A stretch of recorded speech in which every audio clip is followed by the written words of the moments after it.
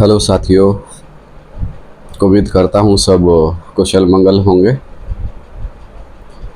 आज परमपिता परमात्मा को पहचानने की कड़ी में आगे बढ़ते हुए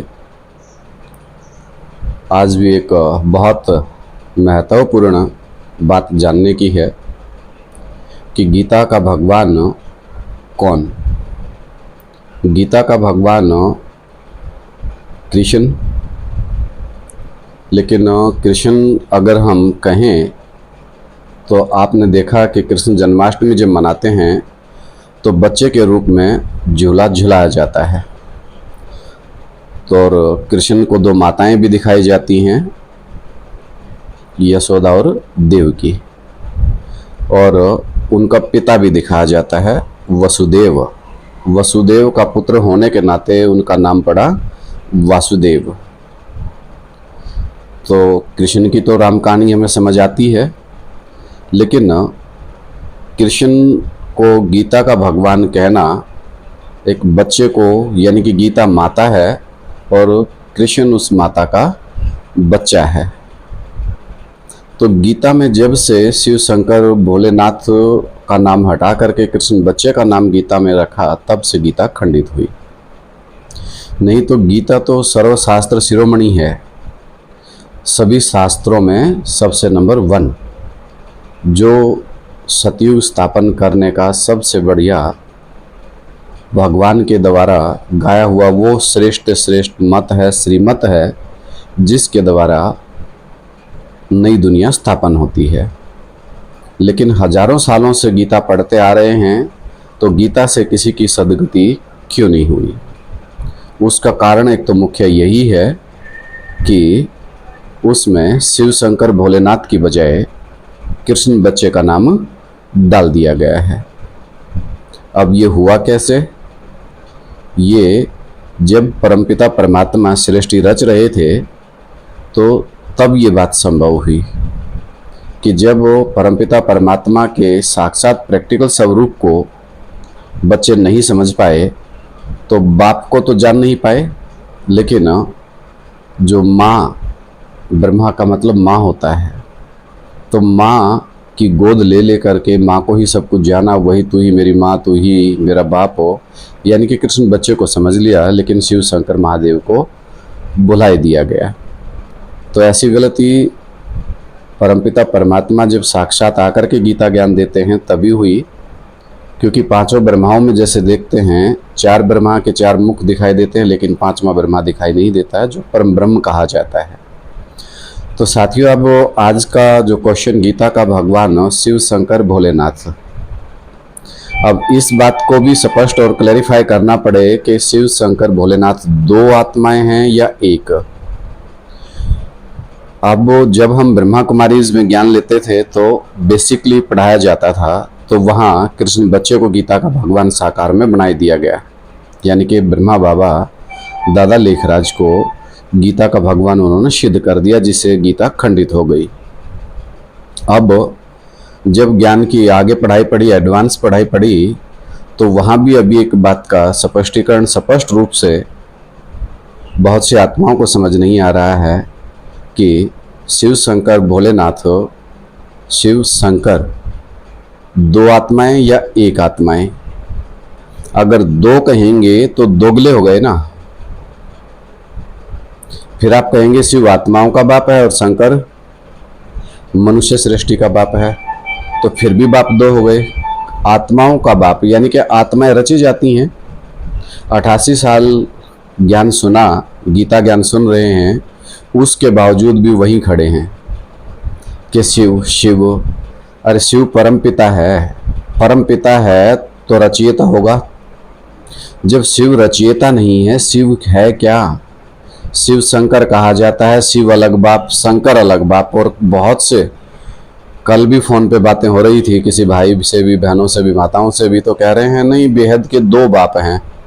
अरे दोगले हो भाई। सनातन धर्म में कहीं 2 बाप का जिक्र आता है? जब तक हम शिव और शंकर को अलग मानते हैं तब तक गीता खंडित रहेगी, तब भी, क्योंकि दोगले हैं, 2 बातें हो रही हैं। तो शिव शंकर दो हैं या एक हैं, गीता का भगवान सिद्ध करने से पहले ये बात भी हमें समझनी पड़ेगी कि परमपिता परमात्मा एक ही व्यक्तित्व है, आत्माएं दो नहीं हैं। दो आत्माएं हैं तो दो मुख हो जाएंगे, एक उधर ले जाएगा एक उधर ले जाएगा, क्योंकि आपके अनुसार शिव निराकार बिंदी, जो शिव निराकार बिंदी को शिव निराकार कहते हैं। बिंदी बिंदी आपने बिंदी लगा दी एक, अरे ये कैसे पता चला? जब इतने बड़े साइंस के पास साधन हैं, इतने साइंस ने खोज की हैं, आत्मा को पकड़ पाए, तो आपने एक बिंदी लगा करके ये साबित कैसे कर दिया कि आत्मा का ये स्वरूप है? आत्मा का स्वरूप आज तक हम देख ही नहीं पाए। जब आत्मा का स्वरूप देख ही नहीं पाए, समझ ही नहीं पाए, तो कौन सी बिंदी? बिंदी ऐसे बिंदी लगाने से आत्मा का स्वरूप क्लियर हो जाता है? निराकार निराकार जब उसका आकार ही नहीं तो बिंदी कैसे लगा देते हैं? तो मेरा कहने का अभिप्राय ये है कि एक तो इस बिंदी का चक्कर को समझना बहुत जरूरी है। आत्माओं का बाप अलग, मनुष्य सृष्टि का बाप अलग। फिर कह रहे हैं next to God is Shankar. Shankar तो जगत पिता है, शंकर को आपने बाप का बच्चा बना दिया। अगर जगत पिता को भी आप बच्चा बना देंगे तो बाप कौन फिर कहेंगे? शिव। अरे शिव आत्माओं का बाप है, आत्मा रची नहीं जाती तो बाप कैसे हो गया? घर की डपली और आप अपने राग बना रहे हैं, बुद्धि से भी तो काम लो। तो गीता का भगवान अगर साबित करें और आगे बढ़ें तो कोर्ट में जाकर के आप ये कहेंगे जी महाराज जज साहब, दो बाप हैं हमारे, एक आत्माओं का बाप है, एक मनुष्य सृष्टि का बाप है। आत्माओं का बाप है शिव और मनुष्य सृष्टि का बाप है शिव शंकर भोलेनाथ बाबा वीरेंद्र देव दीक्षित। क्या इतना कहने से काम चलेगा? दो बाप से काम चलेगा? फिर आप कहने लगेंगे एक बेहद का बाप है और एक हद का बाप है। अरे फिर वही बात दो हो गई। बेहद का बाप शंकर जगत पिता नहीं है क्या? तो साथियों, आज की इस वीडियो के द्वारा गीता का भगवान कौन हो, इस तथ्य पर मनन चिंतन मंथन करें और आगे बढ़ें, क्योंकि इस समय नजदीक आता जा रहा है। और इस बात को समझें कि शंकर साक्षात प्रैक्टिकल स्वरूप है परमपिता परमात्मा का, शिवलिंग उसका संपूर्ण रूप है। इस बात को बुद्धि से मनन चिंतन मंथन दोबारा कर लें, क्योंकि जब वो जगत माता के साथ होता है तो परमपिता, और जब वो भारत माता के साथ होता है तो भारतीयों का पिता कहा जाता है। तो बाप एक है, स्वरूप दो हैं, माताएं दो हैं, तो दो ही माताओं से पैदाइश होगी। दीति और अदिति जैसे कहते हैं, खंडित हो जाती है, खंडित नहीं होती है, पवित्रता को धारण करके रखती है। तो दीति से जो पैदा हुए और अदिति अमाना नहीं, दीति माना खंडित, जो खंडित नहीं हुई। तो भारत माता से जो पैदा हुए वो देवताएं पैदा होंगे और जगत माता से सब पैदा हुए। तो भारत पहले या संसार पहले, इस पॉइंट को अगली वीडियो में क्लियर करेंगे। लेकिन आज इस वीडियो के माध्यम से आप एक बात का स्पष्ट आंसर दें, बाप दो या बाप एक, हद और बेहद। सृष्टि हद में है, सारी आत्माएं इस सृष्टि पर ही आती हैं, और इस सारी सृष्टि की जब आत्माएं एक जगत पिता को स्वीकार करती हैं तो जगत पिता डिक्लेयर होता है, विश्व का पिता डिक्लेयर होता है। तो एक तो इस बात का समाधान करें कि शंकर तो बच्चा है, किसका? शिव का। शिव को बच्चे होते हैं, तो इस बात का मनन चिंतन मंथन करें। अगली कड़ी में फिर एक नई पॉइंट निकालेंगे कि गीता का भगवान साबित करने के लिए हमें किस किस पॉइंट्स की जरूरत होती है। जो भी ज्ञानी तो आत्मा बच्चे हैं, कमेंट करके सहयोग करें कि गीता का भगवान परमपिता परमात्मा शिव शंकर भोलेनाथ एक ही व्यक्तित्व है, दो आत्मा नहीं कहेंगे। अगर दो स्वरूप दो है, बाप एक है, निराकारी भी है और साकारी भी है। तो शिवलिंग का परिचय जिन बच्चों को अच्छे से समझ आ गया है कि वो हमारे बाबा वीरेंद्र देव दीक्षित जी की यादगार शिवलिंग है, जो मनुष्य सृष्टि का बीज रूप बाप है, वो एक है, दो नहीं है। राम नाम सत्य है, शिव ही सत्य है। ये दो दो बातें छोड़ करके, दो मुंहनी दोगलनी, एक बाप को स्वीकार करने वाले जो बच्चे हैं वो कमेंट करके अपनी सहानुभूति, अपने कमेंट्स दें और संगठित हो जाएं, ताकि इस अभियान को आगे बढ़ाएं। और गीता का भगवान परमपिता परमात्मा शिव शंकर भोलेनाथ है। गीता साकारी तो बाप भी प्रैक्टिकल में होना चाहिए ना।